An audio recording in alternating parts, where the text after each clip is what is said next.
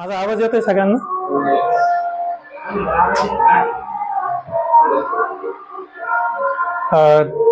मागील आठवड्यामध्ये मला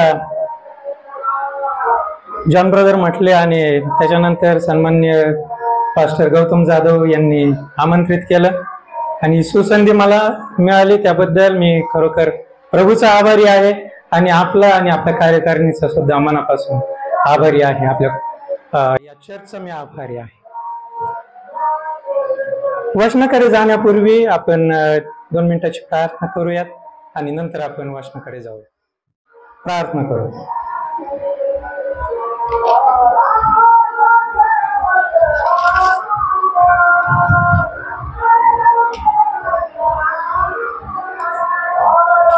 या मित्रबंधूवर प्रार्थना करू. आकाश देवाचा महिमा वर्णिते, अंतरिक्ष त्याच्या हस्तकृती दर्शविते. दिवस दिवसाशी संवाद करतो, रात्र रात्रीला ज्ञान प्रकट करते. वाचा नाही, शब्द नाही, त्याची वाणी ऐकू येत नाही, तरी त्याचा स्वर सर्व पृथ्वी आक्रमितो. त्याचे शब्द दिगंतरी पोहोचतात. प्रभू तू किती महान आहेस. आजच्या संध्याकाळी पुन्हा एक वार देव बाप्पा आम्ही तुला धन्यवाद देतो की संध्याकाळची वेळ प्रभू तू आमच्यासाठी दिलीस, की आम्ही तुझ्या वचनातून बघावं, आमचं जीवन बदलावं आणि तुला योग्य अशा रीतीने प्रभूजी आम्ही राहावं. प्रभू या सर्व गोष्टीसाठी आम्ही तुला मनापासून उंचावतो. झालेली सर्व स्तुती आराधना साक्ष तू मान्य केलीस, तुझ्या गौरवासाठी ते सारं काही मान्य केलंस. प्रभू तुला मनापासून उंचावतो, गौरवितो. आता प्रभू ज्यावेळेस आम्ही आमच्या वचनाकडे जात आहोत, प्रभू आमची विनंती आहे की कृपा कर, दया कर आणि आम्हाला प्रभू तुझ्या वचनात तू चालव. या वचनाचा अल्फा आणि ओमेगा तू आहे प्रभू. सारं काही तुझ्या गौरवासाठी आणि आमच्या आत्मिक उन्नतीसाठी व्हावं अशी प्रार्थना करतो. धन्य तारणारा प्रभू येशू ख्रिस्ताच्या नावात मागतो म्हणून ऐकतो. आमेन. ज्या विषयाला मी हात घालणार आहे, जो विषय मी निवडलेला आहे, तो विषय आपल्या रोजच्या जीवनाशी निगडीत असलेला विषय आहे. या ठिकाणी एकही अशी व्यक्ती नाही की जी या विषयाशी संबंधित नाही. माझा विषय आहे प्रार्थना. प्रार्थना सर्व स्तरावरील समाज पंथातील व्यक्ती करतात. स्त्री पुरुष जाती धर्म याच्या पलीकडे जाऊन, सर्व प्रकारच्या भेदाभेदाच्या पलीकडे जाऊन प्रार्थना कार्य करते. जगातली प्रत्येक व्यक्ती जी देवाचं अस्तित्व मान्य करते ती प्रार्थना करते. प्रार्थना करत नाही फक्त 2 जण. एक तर प्राणी मात्र प्रार्थना करू शकत नाही आणि दुसरं की जी व्यक्ती देवाचं अस्तित्वच मान्य करत नाही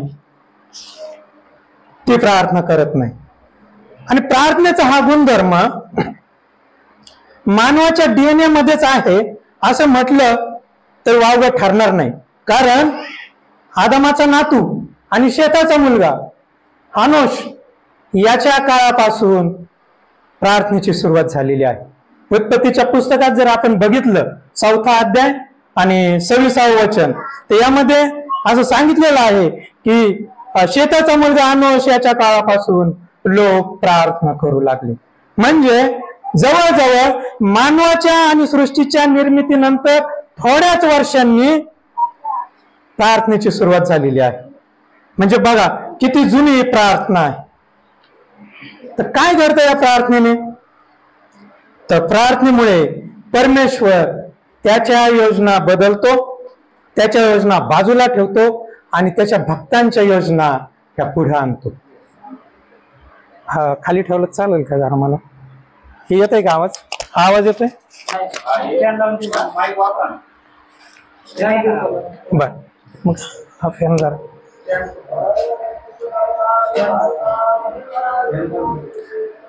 प्रार्थनेमुळे काय घडतं? तर प्रार्थनेमुळे परमेश्वर त्याच्या योजना बाजूला ठेवतो आणि त्याच्या भक्तांच्या म्हणजे तुमच्या आणि आमच्या योजना या पुढे आणतो.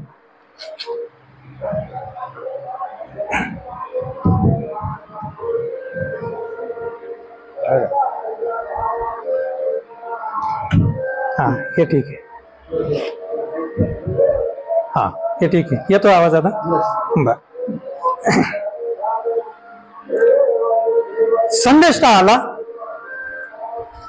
म्हणाला राजा तुझी कालमर्यादा संपली, निर्वाह कर, आवर कर, तुझा राज्यकारभार योग्य व्यक्तीच्या हाती देऊन टाक, तुझ्या घरातल्या ज्या जबाबदाऱ्या आहेत त्याही देऊन टाक, कारण तुझी कालमर्यादा संपलेली आहे. दुसरे राजाच्या पुस्तकात ही घटना लिहिलेली आहे. दुसरे राजाचा 20वा अध्याय आणि 1 पासून पुढे ही घटना लिहिलेली आहे. आपण ती वाचणार नाही कारण तेवढा वेळ आपल्याकडे नाही. परंतु मला सांगायचं ते हे की यशा संदेश आला, राजाला म्हटलं की राजा आवर कर, निर्वाह कर, तुझी कालमर्यादा संपली. आणि इकडे हिचकिया राजा, संदेश निघून गेला. हिचकिया राजाने भिंतीकडे तोंड केलं, म्हटला हे परमेश्वरा माझं जीवन प्रवास बघ, आजपर्यंत मी तुझ्या सत्यतेने आणि सात्विकतेने चाललो आहे, जे तुला योग्य ते केलं आहे. माझं जीवन प्रवास बघ, माझ्याकडे बघ. आणि वचन इतकं सुंदर लिहिलेलं आहे, हिचकिया मनस विराडला. बघा काही काही वचन असे असतात ना की त्याचं निरूपण करायची गरजच नाही, त्याचं विश्लेषण करायची गरजच नाही. हिचकिया मनस विराडला, सगळ्यांना समजलं हिचकिया कसा रडला असेल. हिचकिया मनातून रडला, म्हटला की माझं जीवन प्रवास बघ, मी आजपर्यंत कसा वागलो ते बघ, सात्विकतेने वागलो, सत्यतेने वागलो, तुझ्या दृष्टीने जे योग्य ते मी केलेलं आहे. प्रभू माझ्याकडे बघ. संदेष्टा राजधानीच्या मुख्य चौकापर्यंत गेलेला. पुन्हा संदेष्टाला वचन प्राप्त झालं, यशया मागं फिर, जाऊन सांग राजाला की मी तुझी प्रार्थना ऐकली आहे, मी तुझे अश्रू पाहिले आहे, मी तुला बरे करतो आणि तुला 15 वर्षांनी आयुष्य वाढवतो. परमेश्वर त्याच्या भक्तांच्या प्रार्थना ऐकतो. संदेशाने त्याला सांगितलं होतं की निर्वाह कर, मनाने नव्हतं सांगितलं, परमेश्वराकडून वचन आलं होतं म्हणून सांगितलं होतं. परंतु त्याच परमेश्वराने पुन्हा संदेशाद्वारे वचन दिलं की मी तुला बरं करतो आणि तुझं आयुष्य किती 15 वर्षांनी वाढवतो. परमेश्वर त्याची योजना बाजूला ठेवतो आणि त्याच्या भक्तांची योजना पुढे करतो. परंतु ही झाली प्रार्थनेची एक बाजू. प्रार्थनेची दुसरी बाजू याहीपेक्षा सुंदर आहे, याहीपेक्षा मोठी आहे. जाऊयात मत्तयाच्या पुस्तकात, गेतशेमानी बागेत, मत्तयाचं पुस्तक 26वा अध्याय 36 पासून पुढं. गेतशेमानी बागेत प्रभू येशू ख्रिस्त आहे, प्रभू भोजन झालेला आहे आणि ती त्याची शेवटची रात्र आहे आणि प्रभूला सारं काही स्पष्ट दिसत आहे. प्रभूला माहिती आहे की आता एक जण येणार, मला धरून देणार, माझा विश्वासघात करणार, मग मला हेरोदाकडे घेऊन जातील, मला पिलाताकडे घेऊन जातील, माझ्या वस्त्रावर चिठ्ठ्या टाकतील, मला अपमानित करतील, मला मरणदंड देतील. प्रभूच्या समोर सर्व गोष्टी आहेत आणि प्रभू विचार करत असेल, अरे हेच ते लोक, यांच्यामध्ये मी कार्य केलं, यांच्यासाठी मी शिक्षण दिलं, यांच्यातले लंगडे बरे केले, यांच्यातले पांगळे बरे केले, यांच्यातल्या आंधळ्यांना दृष्टीदान दिलं आणि एवढंच नाही, यांच्यातले मेलेले मी उठवले. परंतु हेच लोक म्हणणार आहेत याला वधस्तंभी खेळा आणि आमच्यासाठी कोणाला? बरब्बाला सोडा. प्रभूला सगळं समोर दिसत आहे.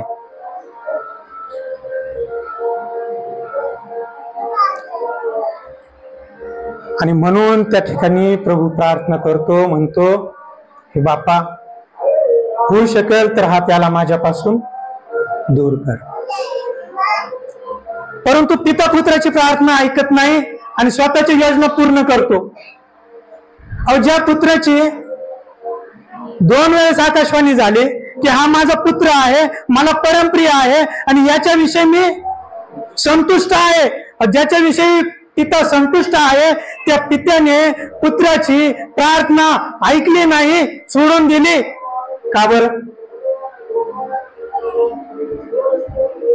कारण पुत्राच्या विनंतीपेक्षा देवाची योजना अधिक मोठी, भव्य, दिव्य आणि पराकोटीची सुंदर होती, मोठी होती. तुमचं आमचं तारण, जगाचं तारण ही त्या प्याल्यापेक्षा मोठी योजना होती की त्याने आवेरली पुत्राची योजना, पुत्राची प्रार्थना. परंतु मला सांगायची ती दुसरी गोष्ट, ती म्हणजे महाप्रचंड दुःख, त्रास, एकटेपणा, मरणप्राय वेदना, अपमानजनक मरण, या सर्वांना सामोरे जाण्यासाठी लागणारं धैर्य, संयम, आशा ही त्या प्रार्थनेमुळे पित्याने पुत्राला पुरवली. लुकाच्या पुस्तकात असं लिहिलेलं आहे की स्वर्गातून देवदूत येऊन त्याला शक्ती देत असताना त्याने पाहिले. लुकाच्या पुस्तकात जर आपण गेलो 22व्या अध्यायात तर 42 आणि 43 वचनामध्ये आपल्याला दिसतं की स्वर्गातून देवदूत येऊन आपल्याला शक्ती देत आहे असे ख्रिस्ताने पाहिले. ही आहे प्रार्थनेची ताकद. प्रार्थना आम्हाला संकटाशी, दुःखाशी, त्रासाशी, आजाराशी, अपयशाशी धैर्याने झुंजायचं बळ देते, ताकद देते. स्तोत्रकारता तर अगदी निर्धास्त जगतो,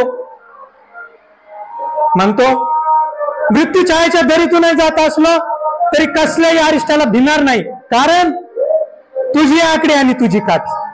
ही प्रार्थनेची आकडी, ही प्रार्थनेची काठी. हा निर्धास्तपणा, हे धैर्य ते येतं प्रार्थनेमुळे. असे नक्की समस्या मोठी, माझा परमेश्वर त्या समस्येतून मला पार नेणारा आहे, त्याच्यापेक्षा मोठा आहे. म्हणून एका ठिकाणी एक गीत म्हणतोय, ये मत कहो खुदा से मेरी मुश्किलें बड़ी, जाके मुश्किलों से कह दो मेरा खुदा बड़ा है. ही प्रार्थनेची ताकद आहे, ही प्रार्थना आहे. ही प्रार्थना कोणासाठी करावी?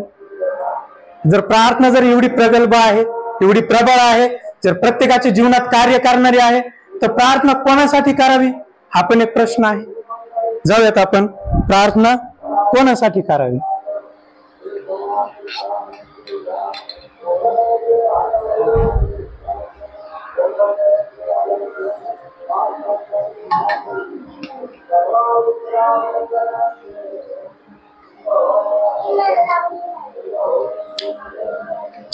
तर प्रार्थना कोणासाठी करावी? तर प्रार्थना करण्यासाठी कोणालाही बंदी नाही. देव आपल्या लोकांशी बोलण्यासाठी उत्सुक आहे. परमेश्वराचं हे वचन आहे की तो आपल्या सगळ्यांशी बोलण्यासाठी सदैव उत्सुक असतो. कोणत्याही बापाला आपल्या मुलाशी बोलण्याचं, त्याच्या संगती हितगुज करण्याला आनंदच आहे. परमेश्वराला सुद्धा आनंद आहे. पौल आपला मानसपुत्र तिमोथी त्याला एक पत्र लिहितो आणि त्या पत्रात तो असं लिहितो, पौलाचं तिमोथ्याला पहिलं पत्र, याचा 2रा अध्याय आणि पहिलं वचन, तर सर्वात प्रथम हा बोध मी तुम्हाला करतो की सर्व माणसांसाठी विनंत्या, प्रार्थना, रदबदल्या व उपकार स्तुती करावी. या ठिकाणी पौल सांगतो की सर्व माणसांसाठी. मग यात चांगले वाईट, शेजारी बेजारी, आपले शेजारी काही शेजारी असतात, काही बेजारी पण असतात, है ना, त्यांच्यासाठी पण सर्वांसाठी प्रार्थना करायला सांगितलेलं आहे. शत्रू, मित्र, आपले सहकारी, कामात मदत करणारे, कामात अडथळा आणणारे, सर्वांसाठी प्रार्थना करा. पौल आपल्याला शिकवत आहे की सर्वांसाठी प्रार्थना करा. आम्ही आमच्या सर्व संबंधितांसाठी प्रार्थना करावी. त्याच्यानंतर त्याच तिमोथीच्या पत्रामध्ये त्याच्यानंतरच वचन आहे, तिमोथीचं पत्र, याचा 2रा अध्याय आणि 2रं वचन, आणि त्याच्यामध्ये असं लिहिलेलं आहे की मिळालंय कोणाला? काय लिहिलंय? राजांकरता व सर्व वरिष्ठ अधिकाऱ्यांकरता करावी, यासाठी की पूर्ण सुबत्तीने व गंभीरपणाने आपण शांतीचे व स्वस्थपणाचे असे आयुष्य क्रमण करावे. यस, राजासाठी प्रार्थना करायला सांगितलेलं आहे का दुसरीकडे कुठे लिहिलेलं? राजासाठी प्रार्थना करा, जे आपल्यावरती राज्य करतायत त्यांच्यासाठी प्रार्थना करा, सत्ताधीशांसाठी प्रार्थना करा. कुठं आहे का दुसरीकडे लिहिलेलं? पण आमचं वचन सांगतं की या राजांसाठी प्रार्थना करा, ज्यांच्याकडे राज्यकारभार आहे त्यांच्यासाठी प्रार्थना करा. कारण त्यांच्यावरती मोठी जबाबदारी आहे. हे राज्यकर्ते जर व्यवस्थित असले तर राज्य प्रगतीकडे, शांतीचं, समाधानाचं, जनता सुखी. आणि राज्यकर्तात जर योग्य नसेल तर सगळा अनागोंदी कारभार. पौल सांगतो आपल्या राज्यकर्त्यांसाठी प्रार्थना करा. वचन सांगतं आमच्या राज्यकर्त्यांसाठी प्रार्थना करा. कितीतरी चर्चेस मधून राज्यकर्त्यांसाठी प्रार्थना केली जाते. वचन सांगते आम्हाला. त्यानंतर मत्तयाच्या पुस्तकात पुढे गेलं 5वा अध्याय 44 वचन, आपला छळ करणाऱ्यांसाठी प्रार्थना करा. प्रभू येशू ख्रिस्त आपणास शिकवत आहे की आपला छळ करणाऱ्यांसाठी प्रार्थना करा. ख्रिस्ताने देखील वधस्तंभावर असताना अशी प्रार्थना केलेली आपल्याला दिसते की बाप्पा त्यांना क्षमा कर, कारण हे काय करतात त्यांना कळत नाही. छळ करणारे लोक, त्यांच्यासाठी ख्रिस्ताने प्रार्थना केली. तत्पूर्वी आम्हाला शिकवलंय की प्रार्थना करा. आजही कितीतरी सेवकांना त्या छळाला सामोरं जावं लागत आहे, परंतु कधी कोणता सेवक त्यांना उलटून बोलत नाही, त्यांना प्रतिकार करत नाही. त्या लोकांना असं वाटत असेल यांच्यामध्ये ताकद नाही काय, यांच्यात एकी नाही काय, यांच्यात शक्ती नाही काय. सारा आहे सर. वचन आम्हाला सांगते तुमच्यासाठी प्रार्थना करा. हे वचन आम्हाला सांगते आणि म्हणून सगळं शांत आहे. कारण आम्हाला माहिती आहे की आमच्या ताकदीने नव्हे, बलाने नव्हे, पराक्रमाने नव्हे, तर परमेश्वराच्या कार्यसिद्धी होती. कोणासाठी प्रार्थना करावी? स्वतःसाठी प्रार्थना करावी. मत्तयाचं पुस्तक 7वा अध्याय आणि 7 आणि 8 मध्ये म्हटलं आहे की मागा म्हणजे मिळेल. या वचनामध्ये प्रभूने आपल्याला स्वतः करता विश्वासाने मागण्यासाठी शिकवलेला आहे. लोकांच्या पुस्तकात देखील 22व्या अध्यायामध्ये त्याने आज सांगितलेलं आहे की परीक्षेत पडू नये म्हणून आपण स्वतःसाठी प्रार्थना करा. प्रभू येशू ख्रिस्ताने सुद्धा गेतशेमाने बागेत असताना स्वतःसाठी प्रार्थना केली. बापा होऊ शकेल तर आपल्याला माझ्यापासून दूर कर. प्रार्थना कोणासाठी? प्रार्थना इतरांसाठी करा. प्रभू येशू ख्रिस्ताने शिष्यांबरोबर शेवटचे भोजन घेतलं आणि त्याच्यानंतर त्यांच्यामध्ये मोठा कोण असा विषय चालू झाला. आणि मग त्यावेळेस पेत्राला तो म्हटला की पेत्रा, तुम्हाला नाकारशील बरं 3 वेळेस. म्हटलं नाही प्रभू, असं होणार नाही. आणि त्याच्या पूर्वीचा प्रसंग आहे आणि प्रभू त्याला म्हणतो, शिमोना पेत्रा, तुझा विश्वास ढळू नये म्हणून मी तुझ्यासाठी प्रार्थना करतो. इतरांसाठी प्रार्थना कर, इतरांसाठी प्रार्थना कर. याकोबाच्या पुस्तकात जर गेलं, याकोब ख्रिस्ताचा भाऊ आणि तो इतका छान लिहितो. याकोब म्हणतो, कोणी ज्ञानाने उन्हा आहे काय? कोणी ज्ञानाने उन्हा आहे काय? त्याने परमेश्वराकडे मागावं. त्या जगात ज्ञानवंत कोणी नाही. पौल एका ठिकाणी म्हणतो, आम्हाला केवळ अंशतः कळते आणि अंशतः संदेश देता येतो. जर पौल असं म्हणतो तर माझं काय? मला तर काहीच कळत नाही. ज्याला ज्ञानाची गरज आहे, ज्याला बुद्धी संपदा पाहिजे, ज्ञान संपदा पाहिजे, याकोब सांगतो त्याने देवाकडे मागावे, त्याने देवाकडे मागावे. सध्याचं जग इन्फॉर्मेशन आणि टेक्नॉलॉजीचं जग आहे. गुगलचा जो निर्माण करताय ना, त्याची सुद्धा डेअरिंग नाही. तो सुद्धा म्हणत नाही की आम्ही ज्ञान पुरवतो, तो म्हणतो आम्ही इन्फॉर्मेशन, माहिती पुरवतो. कारण त्यालाही माहिती आहे की ज्ञानाचा पुरवठा परमेश्वरापासून आहे. एका ठिकाणी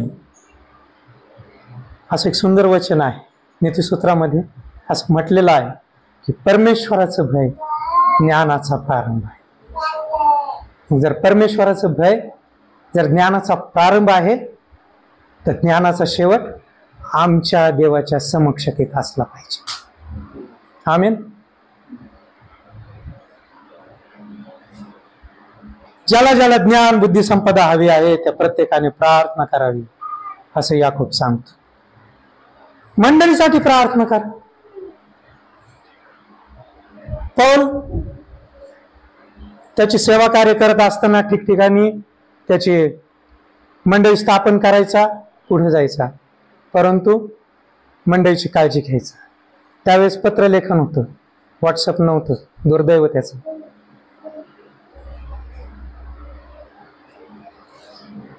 आणि त्या ठिकाणी ज्यावेळेस तो पत्र लिहितो, त्या पत्रामध्ये 2 कोरिंथ 13 अध्याय 7 ते 9 मध्ये तो लिहितो की मंडळी, तुम्ही काही अयोग्य करू नये म्हणून मी तुमच्यासाठी रात्रंदिवस प्रार्थना करतो. कोरिंथ येथील मंडळीने काही अयोग्य करू नये म्हणून पौल तिच्यासाठी प्रार्थना करतो. आपण देखील आपल्या मंडळीसाठी, तिच्या गरजांच्या पूर्ततेसाठी, आत्मिक उन्नतीसाठी प्रार्थना केली पाहिजे. मंडळीसाठी प्रार्थना, मंडळीतल्या सदस्यांसाठी प्रार्थना केली पाहिजे, याचकांसाठी प्रार्थना केली पाहिजे, कार्यकारिणीसाठी, मंडळीतल्या आजारांसाठी, गटतट फुटीपासून राखण्यासाठी, मंडळीच्या वाढीसाठी, उन्नतीसाठी आणि सर्वांगीण प्रगतीसाठी प्रार्थना केली पाहिजे. वचन आम्हाला सांगतं. दुःखनाईतांसाठी प्रार्थना करण्यासाठी सांगितलेलं आहे. मंडळीच्या वडील मंडळीने दुःखनाईत भावा बहिणींसाठी प्रार्थना करावी. याकोबाच्या पत्रामध्ये याकोब आम्हाला शिकवतो आणि म्हणतो, विश्वासाची प्रार्थना कार्य करण्यास प्रबळ असते, दुःखनाईतास वाचवे. आणि याकोब पुढे असे लिहितो की निरोगी होण्यासाठी आपली पातके एकमेकांजवळ कबूल करून एकमेकांसाठी प्रार्थना करा. निरोगी होण्यासाठी एकमेकांसाठी प्रार्थना करायला शिकवलेला आहे. प्रार्थना कोणासाठी करावी? आता या सर्व गोष्टी आपण बघितल्या, याहीपेक्षा अधिक गोष्टी आहेत. आपण जसजसं अधिक जाऊ तसतसं आपल्याला कळेल, परंतु आपण थोडक्यात बघत आहोत की प्रार्थना कोणासाठी करावी. आता प्रार्थना कोणासाठी करावी, तर प्रार्थना कोणी करावी हा पण एक प्रश्न आहे. तर प्रार्थना सर्वजण करू शकतात, परंतु नीतिसूत्रामध्ये असे म्हटले आहे की सर्व जणांची प्रार्थना देवाला आनंदविते. मग जर जी प्रार्थना देवाला आनंद देते ती प्रार्थना कबूलही होते. बरं, तर याकोब त्याच्या पत्रामध्ये प्रार्थनेचे सामर्थ्य सांगताना म्हणतो की नीतिमानाची प्रार्थना कार्य करण्यास फार प्रबळ असते. नीतिमान कोण? प्रभू येशू ख्रिस्तावरील विश्वासाद्वारे तुम्ही आम्ही सर्वजण नीतिमान ठरला. आम्ही तर पापीच होतो, परंतु प्रभू येशू ख्रिस्तावरील विश्वासाद्वारे जे तारण आम्हाला मिळालं ते तारण आमच्यासाठी नीतिमत्व गणलं गेलं आहे. इब्री लोकाच्या पत्रात आम्हाला स्पष्ट सांगितलेलं आहे, तुमचं तारण हेच तुमचं नीतिमत्व आहे. तुमची आमची प्रार्थना ही कार्य करण्यास प्रबळ अशी प्रार्थना आहे. प्रार्थना करण्यासाठी पवित्र आत्मा सहाय्य पुरवतो. रोमकाराच्या पत्रात जर आपण गेलो 8व्या अध्यायामध्ये 26-27 वचनामध्ये आपल्याला सांगितलेलं आहे की आपण प्रार्थना करावी आणि पवित्र आत्मा आपल्याला प्रार्थना करण्यासाठी मार्गदर्शन करतो. काय होतं, काही वेळेस आपण प्रार्थना करत असताना आपल्याला शब्द सापडत नाही आणि अशा वेळेस पवित्र आत्मा आपणास मार्गदर्शन करतो. कधी कधी आत्मिक दृष्ट्या उच्च पातळीवर असताना आपले शब्द भांडार संपून जातात, त्या ठिकाणी शब्द आठवत नाही. त्या ठिकाणी पवित्र आत्मा आपल्याला मार्गदर्शन करतो आणि असं लिहिलेलं आहे की शब्दहीन कणण्याद्वारे पवित्र आत्मा आपल्या भावना देवपित्यापर्यंत पोहोचवतो. पवित्र आत्मा आपल्याला प्रार्थना करण्यासाठी मार्गदर्शन करतो. प्रार्थना करण्यासाठी केवळ एकच मध्यस्थ आहे आणि तो म्हणजे आमचा प्रभू येशू ख्रिस्त. पहिल्या तिमोथेमध्ये 2 अध्याय 5व्या वचनामध्ये पौल आपल्याला अगदी स्पष्टपणे या गोष्टी सांगतो. पौल सांगतो की मानव आणि देवामध्ये केवळ एकच मध्यस्थ आहे आणि तो म्हणजे आमचा प्रभू येशू ख्रिस्त, बाकी अन्य कोणी नाहीत. आणि म्हणून प्रार्थना करत असताना ती त्या एकाच मध्यस्थाच्या नावाने देवपित्याला सादर केली जाते. आता आपण आतापर्यंत जशी प्रार्थना सभा चालू झाली 3-4 वेळेस प्रार्थना केल्या आणि त्या सर्व प्रार्थनेमध्ये एक वाक्य शेवटचं कॉमन होतं, तारणाऱ्या प्रभू येशू ख्रिस्ताच्या नावात मागतो. आपण योग्य ट्रॅकवर आहोत. वचन आम्हाला सांगतं की ख्रिस्ताद्वारे आल्या वाचून तुमची प्रार्थना मान्य होणार नाही. इतर कोणत्याही नावाने प्रार्थना पित्यासमोर सादर होत नाही असा स्पष्ट संदेश पौल आपल्याला देत आहे. म्हणून भुलवले जाऊ नका, फसवले जाऊ नका. इतर कोणत्याही नावात प्रार्थना मान्य होणार नाही. स्वतः प्रभू येशू ख्रिस्ताने योहान 14:6 मध्ये स्पष्ट केले आहे आणि म्हटले आहे की मार्ग, सत्य आणि जीवन मीच आहे. मार्ग येशू ख्रिस्त आहे. आणि पुढे जाऊन असं म्हटलं आहे, माझ्याद्वारे आल्या वाचून पित्याकडे कोणीही आकर्षिले जात नाही. माझ्याद्वारे आल्या वाचून कोणी आकर्षिले जात नाही. एकच मध्यस्थ, त्याच्याशिवाय अन्य कोणी मध्यस्थी नाही. प्रार्थना कशी करावी हा पण एक प्रश्न आहे. आणि मग पौल आपल्याला फिलिप्पीकराच्या पत्रात लिहितो. जाऊयात फिलिप्पीकराच्या पत्रात 4 अध्याय 6 वचन. आणि हे वचन सगळ्या जणांना माहिती आहे. आणि त्याच्यामध्ये पौल असं म्हणतो फिलिप्पीकरात की कशाविषयी चिंताक्रांत होऊ नका, तर सर्व गोष्टींविषयी प्रार्थना व विनंती करून आभार प्रदर्शनासह आपली मागणी देवाला कळवा. चिंता न करता विनंती करून आभार प्रदर्शनासह विश्वासाने देवाकडे विनंती प्रार्थना करा. पौल आपल्याला कानमंत्र देतो आहे. आणि दावीद म्हणतो की सिस्टमॅटिक प्रार्थना करा. बघा, वरती जे सांगितलं तेच दावीद खाली सांगतो. वरती सांगितलंय, पौल म्हणतो चिंता न करता विश्वासाने विनंती करा, प्रार्थना करा, आभार प्रदर्शनासह आपली मागणी देवाला कळवा. आणि ही सिस्टमॅटिक प्रार्थना दावीद म्हणतो, हे परमेश्वरा प्रातःकाळी म्हणजे पहाटे पहाटे प्रातःकाळी तू माझी वाणी ऐकतोस आणि सकाळी मी प्रार्थना व्यवस्थित रचून सादर करीन.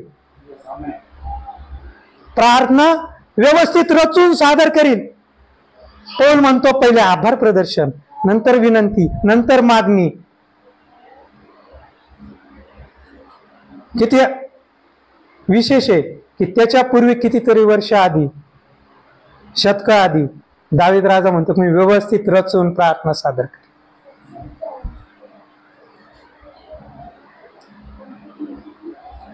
थोडीशी पार्श्वभूमी तुम्हाला सांगतो आणि मग पुढे जाऊयात. प्रभू येशू ख्रिस्ताचा यरूशलेमेत जय सवाने प्रवेश झाला.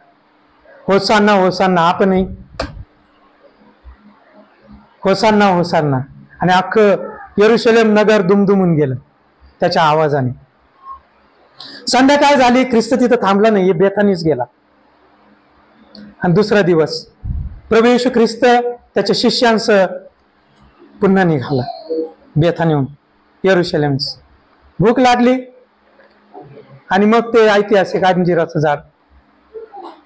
भूक लागली, गेला फळाच्या अपेक्षेने, फक्त पालाच, फळ नाही. आणि प्रभूने म्हटलं की यापुढे तुझे फळ कोणीही कधी न खाऊ. प्रभू तिथून निघाला पुढे. आणि पुढे जाऊन मग मंदिराचं शुद्धीकरण केलं, शिक्षण दिलं. संध्याकाळ झाली, यरूशलेमेत राहिला नाही, परत वापस. तिसरा दिवस सकाळी त्याच वाटेने प्रभू आणि त्याचे शिष्य लोक चाललेले. पेत्र मोठा हुशार, इकडं तिकडं पाच चालला. दिसलं झाड, म्हणाला गुरुजी अंजिराचं झाड तर वाळून गेलं. आणि मग ख्रिस्त त्यांना विश्वासाच्या सामर्थ्याबद्दल सांगू लागला. मार्काचं पुस्तक 11 अध्याय 24 वचन, तुम्ही प्रार्थना करून जे काही मागाल ते मिळालेच आहे असा विश्वास धरून मागा, म्हणजे ते तुम्हाला मिळेलच. विश्वास धरून मागा. म्हणजे प्रार्थना कशी करावी, तर विश्वासाने ओतप्रोत भरलेली प्रार्थना करावी. प्रार्थना कशी करावी, विश्वासाने ओतप्रोत भरलेली प्रार्थना करावी. ख्रिस्त आम्हाला शिकवत आहे मार्काच्या पुस्तकामध्ये. मत्तयाच्या पुस्तकात जर आपण पुढे गेलं, डोंगरावरील प्रवचन 6वा अध्याय 6वं वचन, आणि तिथं ख्रिस्त आम्हाला शिकवत आहे एकांती जाऊन प्रार्थना करा. हिजकिया राजा मगाशी आपण बघितलं, भिंतीकडे तोंड केलं, दार लावून घेतलं, भिंतीकडे तोंड केलं, प्रार्थना केली आणि त्याची प्रार्थना कबूल झाली. ख्रिस्त इथं सांगत आहे एकांती जाऊन प्रार्थना करा. आपल्या पित्याजवळ प्रार्थना करण्यासाठी एकांती जाऊन प्रार्थना करावी प्रभू येशू आम्हाला शिकवत आहे. एकांती जा, आपल्या खोलीत जा व दार लावून घेऊन आपल्या गुप्तवासी पित्याची प्रार्थना कर. म्हणजे काय म्हटलंय? तुला फळ देईल, फळ देईल. हिजकिया राजाला फळ मिळालं 15 वर्षाचं वाढून. गुप्तदर्शी पिता तुझी प्रार्थना गुप्त ठिकाणी ऐक. एकांती जा, आपल्या घरात जा, दार लाव आणि प्रार्थना कर, तुझी प्रार्थना ऐकली जाईल. आता प्रार्थना कशी करावी हे बघितलं. प्रार्थना कशी करू नये याहीकडे आपण थोडस बघूयात, कारण वचनात दाखवलंय की प्रार्थना कशी करावी, कशी करू नये. आपण बघूयात प्रार्थना कशी करू नये. तर मत्तयाच्या पुस्तकामध्ये 6वा अध्याय 5व्या वचनात असं ख्रिस्त म्हणतो की ढोंग्यासारखी प्रार्थना करू नये.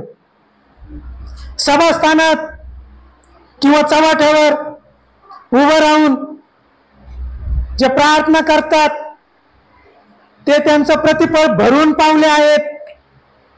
त्यांच्या प्रार्थनेचं काही खरं नाही. कारण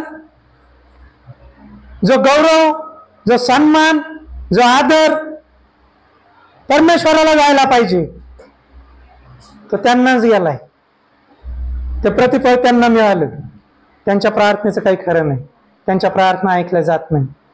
आणि दुःखाची गोष्ट आहे की असे आज कितीतरी सेवक लोक आहेत की त्यांच्या प्रार्थना पूर्वी काम करत होत्या, आज त्यांची सेवा संपलेली आहे. आपला विषय तो नाही.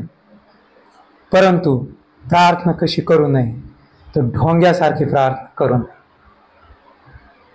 6वा अध्याय 7वं वचन मत्तयाच्या पुस्तकात, परराष्ट्रीयांसारखी व्यर्थ बडबड करू नका.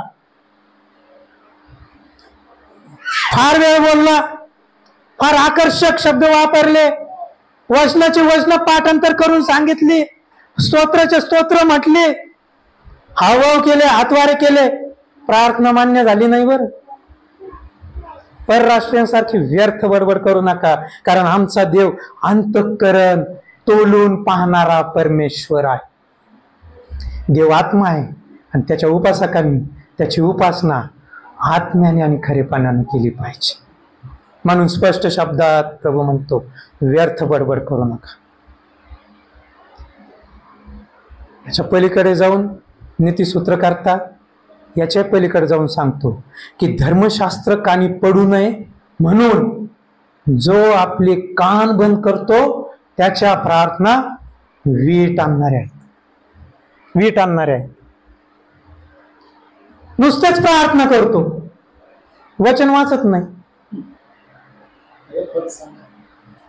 नीतिसूत्र याचा 28वा अध्याय आणि 9वं वचन. नीतिसूत्र 28:9, धर्मशास्त्र कानी पडू नये म्हणून जो आपला कान बंद करतो त्याची प्रार्थना देखील वीट आणणारी आहे.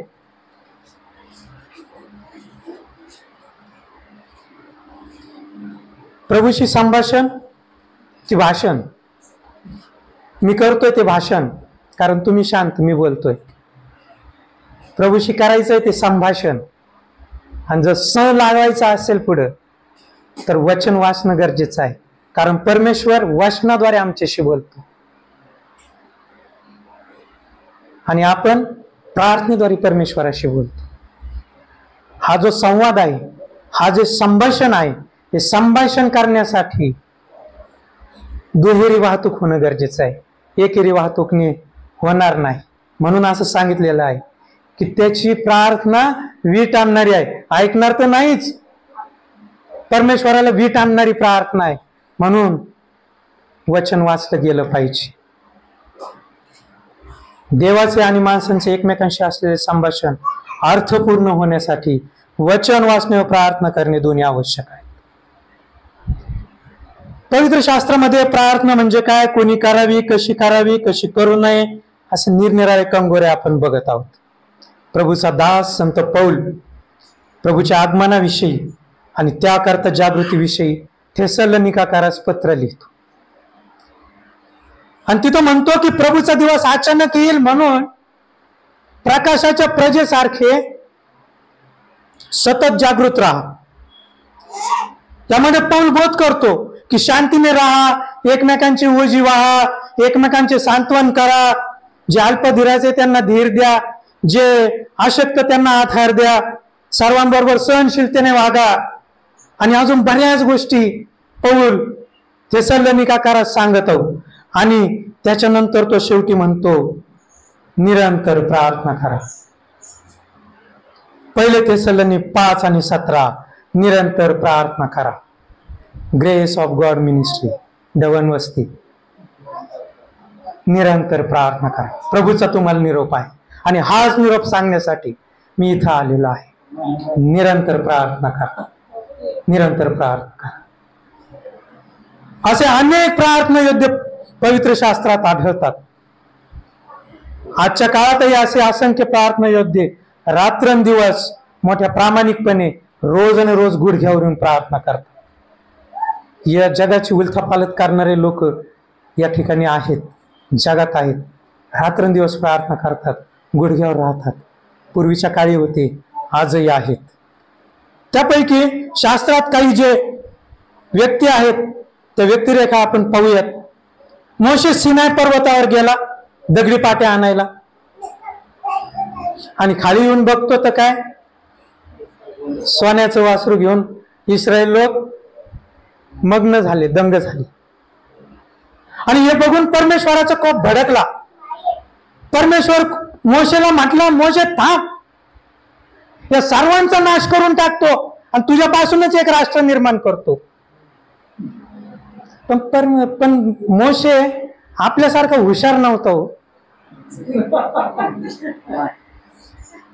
परमेश्वर मोशे साधा माणूस होता. मोशे म्हटला, वचन आहे निर्गम 32:11 मध्ये वचन म्हणतो, मोशेने काकळूत करून आर्जवाने लीनतेने नम्रतेने म्हटला, परमेश्वरा आपल्या लोकांवर तुझा कोप भडकू नये. आपल्या लोकांवर तुझा कोप भडकू नये. आपण असतो तर मारून टाक, सगळ्यांना संपव.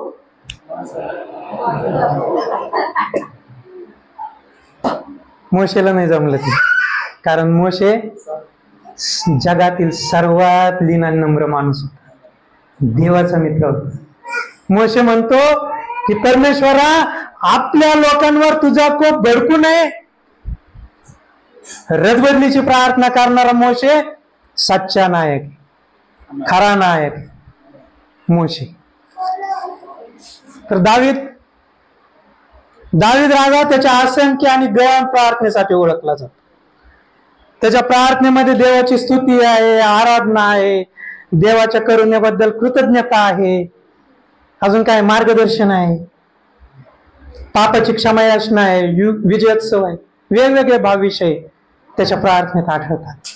आणि आजही प्रत्येक प्रार्थना सभेमध्ये त्याच्या स्तोत्राशिवाय एकही प्रार्थना पूर्ण होत नाही. दावीद एक सार्वकालिक महान प्रार्थना होता.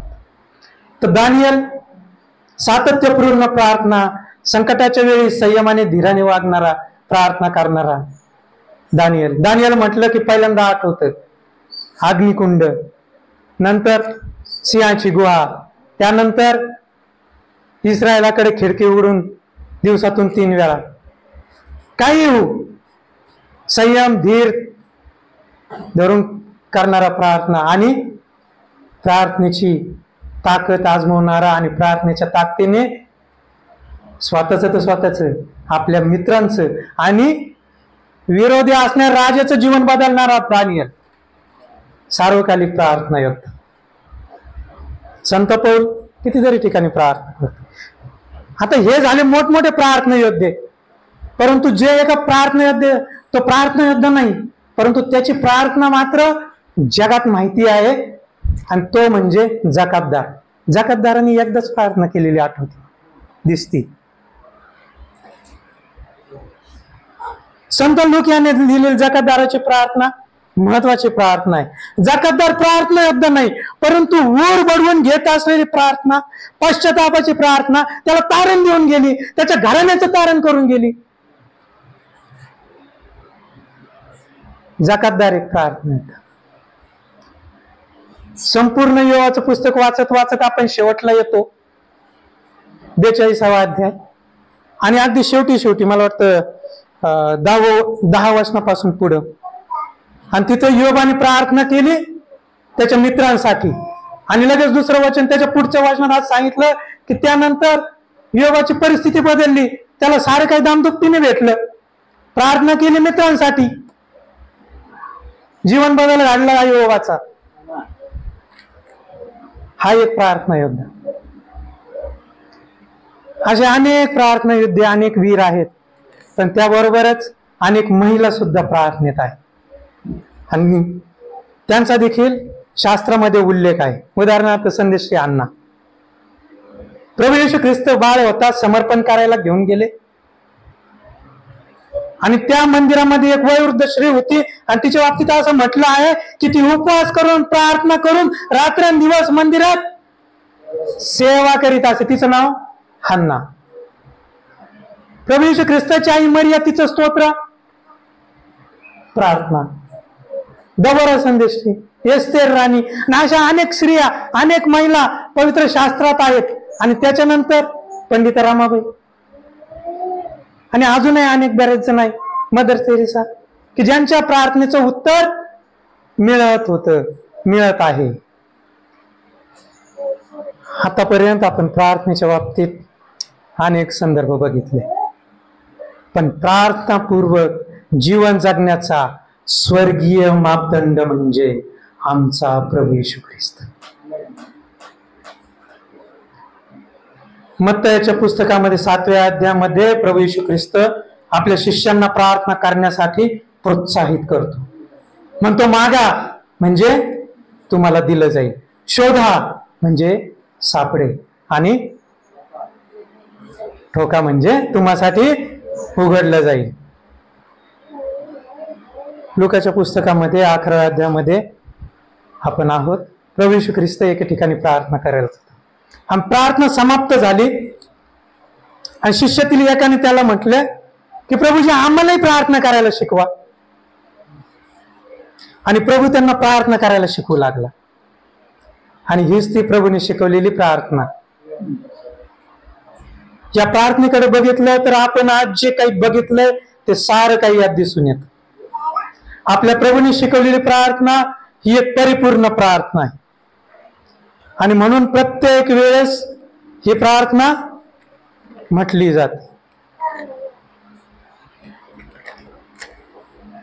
ही प्रभूची प्रार्थना ही केवळ शब्दांचा संच नाही, तर प्रार्थनेचा एक आदर्श आहे. प्रार्थना कशी असावी याची ती एक दर्शक आहे.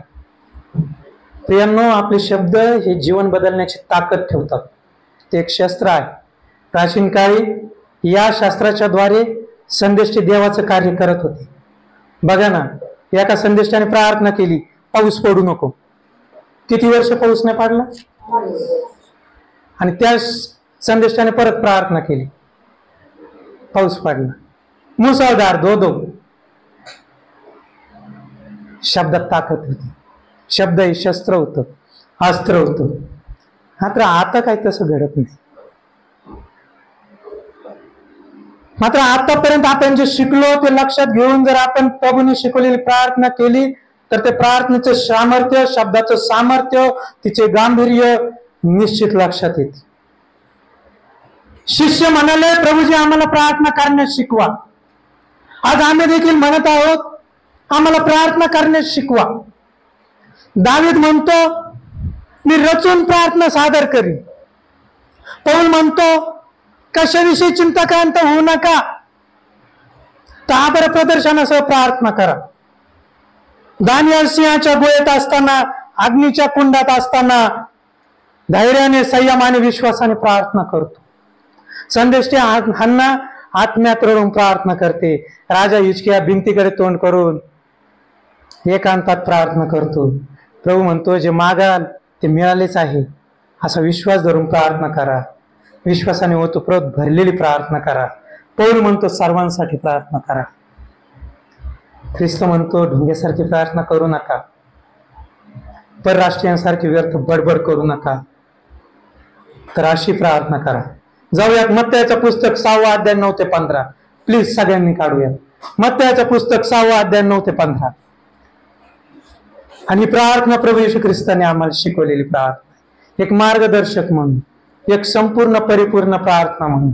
आणि तिथं असं लिहिलेलं आहे की हे आमच्या स्वर्गातील बापा, आमचा बाप स्वर्गात विराजमान आहे, स्वर्गाचा अधिपती आहे, आणि त्याची वारस म्हणून आपण आहोत.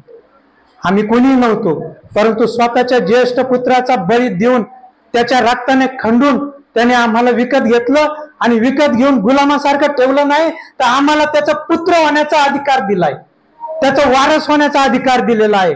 आणि वचन आम्हाला असं सांगतं की असं म्हणा की हे आमच्या स्वर्गातील बापा, पित्या, आमचा बाप स्वर्गाचा अधिपती आहे, आणि तुझे नाम पवित्र मानले जाओ. आमच्या केवळ शब्दाने नव्हे, कृतीने नव्हे, तर आमच्या संपूर्ण जीवनाने तुझं नाम पवित्र मानलं जाओ. शॉर्ट मध्ये दिलंय. आपण एक एक वाक्य फक्त थोडस विचार करून पाहूयात, वेळ संपत आलेला आहे. आणि पुढे असं लिहिलेलं आहे की तुझं राज्य येऊ, तुझं राज्य परिपूर्ण राज्य आहे, त्याचा विस्तार हो, प्रत्येकाला ध्येय, त्याची योजना, त्याचे तार सत्य समजावं, तुझं राज्य यावं. आणि जसे स्वर्गात तसेच पृथ्वीवर. ज्याप्रमाणे स्वर्गात देवा तुझी इच्छा प्रमाण मानून सर्व चालतं ना, तसंच पृथ्वीवर सुद्धा चालावं. ज्याप्रमाणे स्वर्गात प्रीती, ऐक्य, शांती आहे, या पृथ्वीवर ती शांती, ती प्रीती, ते ऐक्य, तो सलोखा ते नांदावं. स्वर्गीचं पावित्र्य इथे देखील असावं, अशी प्रार्थना प्रभू करतो.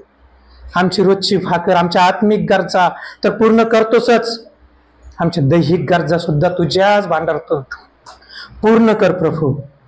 रोजची आत्मिक भूक जशी भागवतो, शारीरिक भूक देखील, शारीरिक कमतरता देखील पूर्ण कर. आम्ही सर्व गोष्टीसाठी तुझ्यावर अवलंबून आहोत. आणि जसे आम्ही आमच्या ऋणांसरून सोडतो, म्हणजे आमची क्षमाशीलता वाढावी, ज्याच्यामुळे आम्हाला त्रास होतो त्यांना देखील क्षमा करता यावी, अशी कृपा कर. आमची इतरांना क्षमा करण्याची प्रवृत्ती वाढू दे. काय लिहिलेलं आहे वाचूयात पुन्हा एकदा. वचन काय सांगते, काय म्हटलेलं आहे, प्लीज कोणीतरी.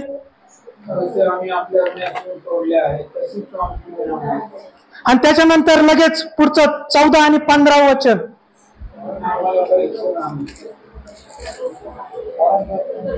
शेवटचं 14 आणि 15. कारण जर तुम्ही लोकांना त्यांच्या अपराधांची क्षमा केली तर तुमचा स्वर्गीय पिता तुम्हालाही क्षमा करेल, परंतु जर तुम्ही लोकांना क्षमा केली नाही तर तुमचा पिताही तुमच्या अपराधांची क्षमा करणार नाही. स्पष्ट लिहिलेलं आहे. म्हणजे कारण जेवढी क्षमा आम्ही करणार तेवढी क्षमा परमेश्वर आम्हास करेल. आम्ही 100% क्षमा करणार आम्हाला, आणि जर 70% क्षमा केली त्यांना, आणि ज्यांनी 50% केली त्यांना, 20% केली त्यांना, आणि ज्यांनी म्हटलं चुकीला माफी नाही, त्यांच्या चुकीला माफी, आणि ज्यांनी त्यांचा विषय संपला. म्हणून त्या डायलॉग चित्रपटाचे आपल्यासाठी नाही. चुकीला माफी हाय आमचा डायलॉग नव्हे. तुमच्याकडे नसेल, तुमचं हृदय छोट, तुमच्यात ताकद नाही, आमच्यात ताकद आहे. चुकीला माफी आहे बरं. आणि का आहे, कारण वचन आम्हाला सांगतं की जसं आम्ही आमच्या ऋणांसरून सोडणार, ज्याप्रमाणे आम्ही क्षमा करणार तेवढ्याच पटीत आम्हाला देणार. म्हणून आम्ही आमची क्षमेची पातळी वाढवणार. ज्यांनी दाढी आहे ते जे करतात ना त्यांच्या इथून जाणार. होय, चुकीला माफी नाही, चुकीला माफी आहे. आमचा देव माफी करणार आहे, क्षमा करणार आहे. आम्ही त्याचे पुत्र आहोत, वारसदार आहोत. आम्ही देखील क्षमेचे हकदार आहोत. जर आम्ही क्षमा करतो तर आम्ही देखील क्षमा मागणारे आहोत. आणि पुढे आम्हाला लिहिलेलं आहे की आम्हाला परीक्षेत आणू नकोस. प्रलोभनांना, लोभाला, आमिषाला आम्ही बळी पडतो. आम्ही मानव आहोत. प्रभूजी आम्हाला वाचव, आम्हाला यापासून राख. आणि कारण, हे जे कारण आहे ना, हे कारण फार महत्वाचं आहे. आजपर्यंत या कारणाकडे कोणी बघितलं नाही. आपण एक मिनिटामध्ये या कारणाकडे बघणार आहे. हे कारण फार विशेष आहे. त्याचं कारण असं आहे, कारण की राज्य, सामर्थ्य आणि गौरव. कारण हे जे राज्य आहे ना, हे राज्य जे कधी संपणार नाही, जे राज्य सत्य आहे, चिरंतर आहे, कायमस्वरूपी टिकणार आहे, जिथं मरणाची सत्ता नाही, ते राज्य तुझं आहे प्रभू. सामर्थ्य, जे सामर्थ्य अमर्याद आहे, अविनाशी आहे, जे सामर्थ्य पुढे कोणाचा निभाव लागला नाही. बघा, फारो राजाने आधी फौज पाठवली, पुढे इस्रायल पाठीमाग फौज. फारो राजा जगातलं त्यावेळेस जगावर राज्य करणारा. राहिलं का त्याचं काही? सर्व फौज त्या लाल समुद्रात बुडून गेले, अजून सापडली नाही. असं बलाढ्य सामर्थ्य, ते सामर्थ्य तुझे प्रभू. आणि गौरव, जे गौरव प्रभू कधीच कोणाला देत नाही. अहो, जे गौरव घेण्याच्या प्रयत्नात स्वर्गदूत सैतान झाला.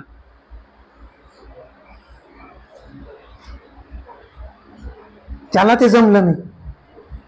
जे गौरवासाठी आमचा देव कमालीचा ईर्ष्यवान आहे, पजेसिव आहे, तो गौरव तुझंही देवा.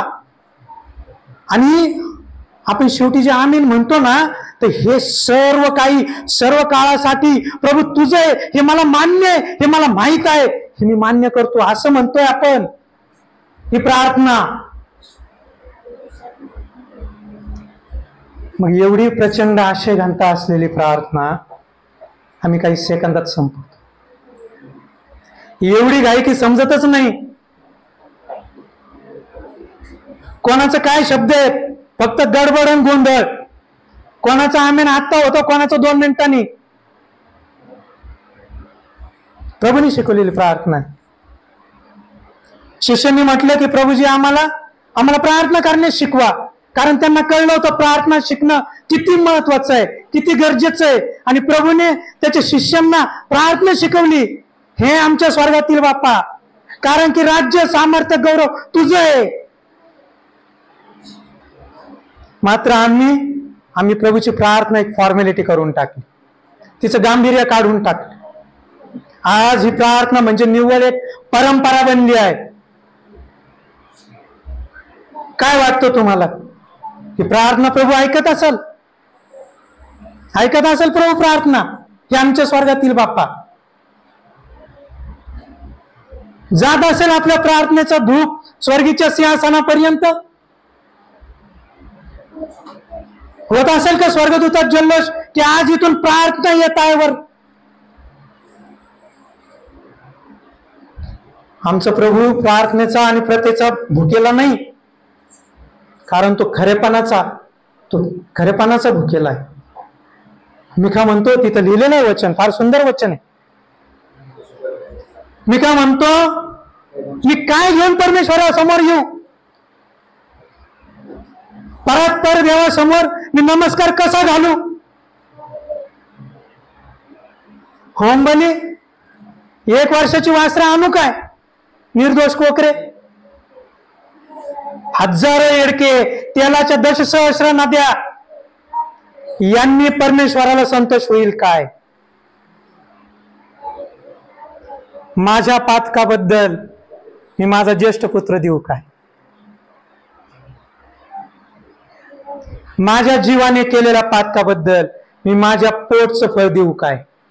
मी का किती अर्थभरीत बोलतो. आणि पुढे म्हणतो, हे मनुष्या, बरे काय ते त्याने तुला दाखवले आहे. नीतीने वागणे, आवडीने दया करणे आणि आपल्या देवा समागमे राहू नम्र भावाने चालणे, यापेक्षा परमेश्वर तुझपासून काय मागतो? परंपरा मागतो? प्रथा मागतो? नाही हो. नीतीने वागणे, आवडीने दया करणे आणि आपल्या देवा समागमे राहून नम्र भावाने चालणे, याशिवाय परमेश्वर तुझकडे काय मागतो? प्रथा आणि परंपरा नाही मागत, जिवंतपणा मागतो. आमच्या प्रार्थनेत जिवंतपणा पाहिजे. येथून पुढे आपण प्रत्येक वेळी प्रार्थना करताना नम्र भावाने, गांभीर्याने आणि प्रभू ऐकत आहे या जाणीवेने करणार. परंपरा नाही फॉलो करणार, परंपरा नाही, प्रथा नाही, ते जिवंतपणा. सुरुवातीला आपण प्रार्थना आराधना केली, जिवंतपणा आहे. त्या आराधनेत जिवंतपणा आहे. बरं, आज बऱ्याच ठिकाणी ही प्रार्थनेची, ही आराधनेची बाजूला झालेली आहे. आराधना होत नाही आत्म्याने खरेपणा, इथं होतीये. परमेश्वराचा निरोप आहे, तुमची प्रार्थना सुद्धा जिवंत असली पाहिजे. आपण ठरवलं तर निश्चित हा बदल आपल्या मंडळीत, व्यक्तिगत जीवनात, आपल्या कौटुंबिक प्रार्थनेत निश्चित होऊ शकेल. परमेश्वर करो आणि आपणास हा बदल घडून आणण्यास मार्गदर्शन करो कृपापूर्वक. थँक्यू.